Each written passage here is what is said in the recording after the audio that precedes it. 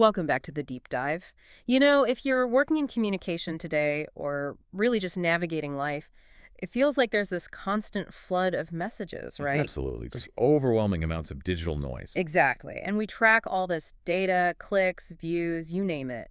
But sometimes that human glance, the thing that turns a number into real engagement, it feels missing. It often is. We lose the connection in the metrics sometimes. So today, we're doing a deep dive into something fascinating: how two really powerful fields, neuro-linguistic programming, NLP, and eye tracking, are being combined. Both psychology-driven, which is key, Right. And they're being used together to cut through that noise by focusing squarely on, well, your mind and your gaze. and revealing how to make communication much more engaging, much more effective. Yeah, we're going to explore what NLP and eye tracking are on their own, how they're used in marketing, and then the really interesting part, how they work together. This synergy, that's where it gets powerful. And the insights we're discussing today come from a pretty detailed analysis of recent material looking right at this innovative approach. Good stuff to unpack. Okay, let's unpack it then.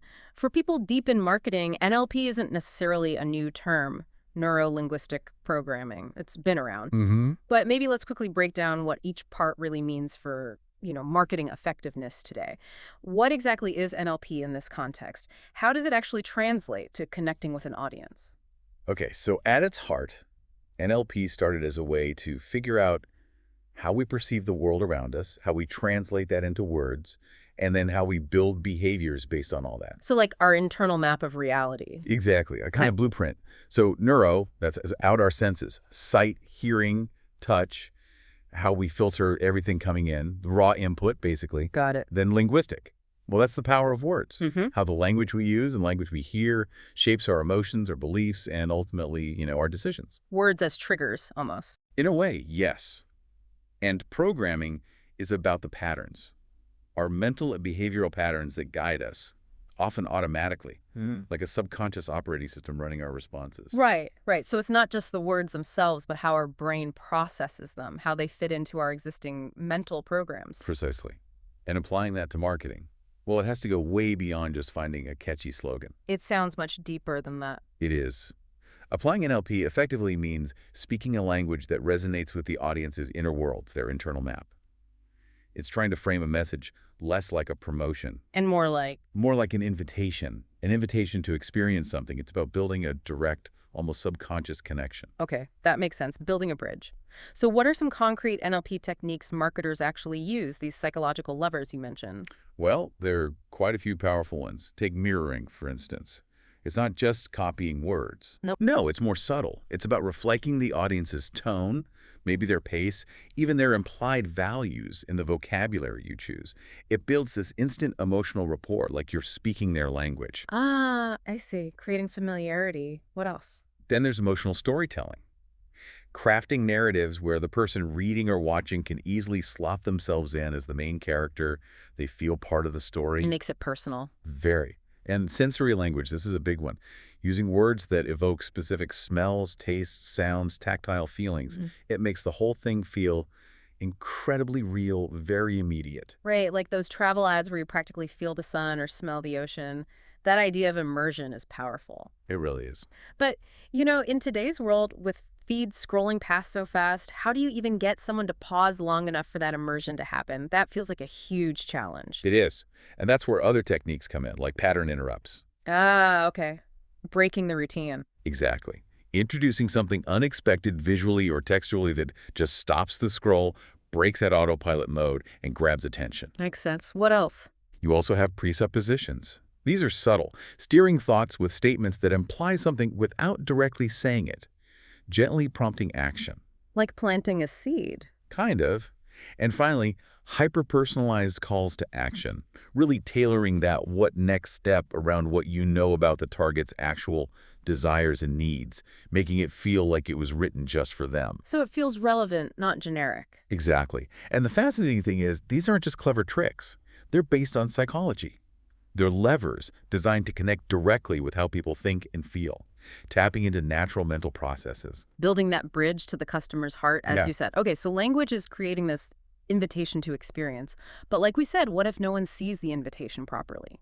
A great message unseen is useless. That's where the visual side comes in and eye tracking. This technology seems like it would be, well, incredibly useful for anyone designing anything visual these days. What exactly is it doing? Okay, so eye tracking tech measures, literally in real time, where someone's gaze lands on a screen or a page. It shows you the invisible map of their attention. An invisible map. I like that. What kind of data does it capture? Key things. It records fixations. Oh. Those are the spots where the gaze lingers the longest. Tells you what really grabbed their focus. Okay. It maps the gaze path, so the sequence of where their eyes moved, how they scanned the page or the ad. The journey their eyes took. Precisely. And then, maybe the most well-known output, it generates heat maps. These visual overlays show the hot spots, the areas of peak attention. Bright red where everyone looked, cooler colors where they didn't. So you literally see where the focus is and where it isn't. That's incredibly precise. It is. A level of detail we just didn't have widely available until relatively recently. And knowing this, Yeah. how does it help creators? What's the practical benefit? Well, it lets you pinpoint exactly where to put your most crucial elements, your headline, your main image, that buy now button. You can maximize the visual impact. And reduce the risk of important stuff getting missed. Exactly. It helps ensure that every element, from a tiny logo to a big call to action, gets noticed when and where you intend it to be. It really shifts design from guesswork towards being data-driven. That sounds game-changing for optimizing visuals. Can you give some examples of how it's used for, say, advertising assets? Definitely. You can use it to optimize visual hierarchy. Make absolutely sure the user's eye follows the path you intended. Headline, then image, then text, then button, for example. Guiding the gaze. Right. It also helps eliminate friction points. Maybe there's too much visual clutter, or a key detail is lost in a busy background. Eye tracking reveals those subtle obstacles that might unconsciously put people off. Things you might not notice yourself. Often, yes. And crucially, it lets you validate multi-platform layouts. An ad needs to work on a big desktop screen, a small mobile phone, maybe a social media feed. Totally different contexts. Eye tracking helps confirm your design works effectively across all of them. And finally, it can boost memorability by helping you place key info or branding where the brain is naturally most likely to register and recall it. So it's about designing with how our eyes naturally work, not against it, making it effortless for the user to see and act. That's the core idea, guiding them effectively, without distractions, based on innate visual processing. Okay, so we've got NLP crafting language that resonates deeply, speaking to the heart, and we've got eye tracking providing precision, understanding how to guide the eyes. Two powerful toolkits. What happens when they actually merge? When you bring them together, this sounds like where the real magic kicks in. It really is. Think about it. Combining the psychological depth of the right words with the hard data of exactly where people are looking. Words meet gaze. Precisely. That's where you can achieve a really profound level of connection and, frankly, influence. It stops being two separate efforts, messaging and design, and becomes one integrated communication strategy. Can you walk us through an example? How does this synergy actually play out in practice? Maybe something a bit unexpected. Okay, sure. Let's take a video ad for, say, a new financial app. NLP techniques might craft a script emphasizing things like peace of mind, future security, using language designed to build trust. Standard emotional appeal for finance. Right. But now, bring in eye tracking during testing.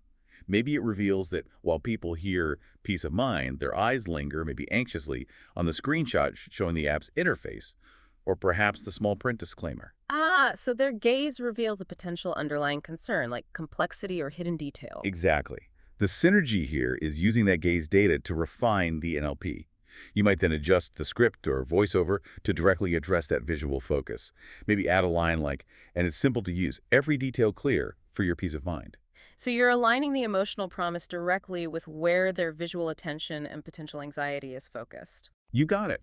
Or another example, maybe a luxury car ad. NLP focuses on aspirational freedom, but the eye tracking shows people are actually fixated on the texture of the leather seats in the interior shot or the layout of the dashboard controls. Interesting. They're drawn to the tangible details. So the synergy adjusts the messaging. Maybe you add sensory language focusing on the feel of the interior, the craftsmanship they're clearly looking at, rather than just the abstract idea of freedom. You connect the words to their visual point of interest. That's really smart, using the visual data to sharpen the emotional messaging, making sure they reinforce each other based on actual behavior. It's moving beyond just making things look good and sound good separately. It's about strategic alignment. And does this actually work? Are there measurable results from integrating these two? The reports are pretty compelling. This kind of integration leads to campaigns where the text and the visuals are truly working in concert. Not just side by side. No, actively supporting each other.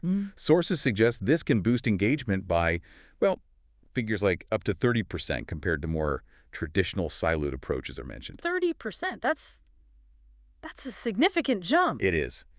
And it likely happens because you're reducing the cognitive load. The emotional message lands right where the eyes are focused. That subconscious alignment makes the whole experience much more powerful, much more memorable. Okay, so this isn't just theoretical.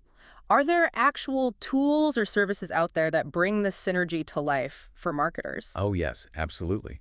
There are companies now specializing in offering these integrated solutions.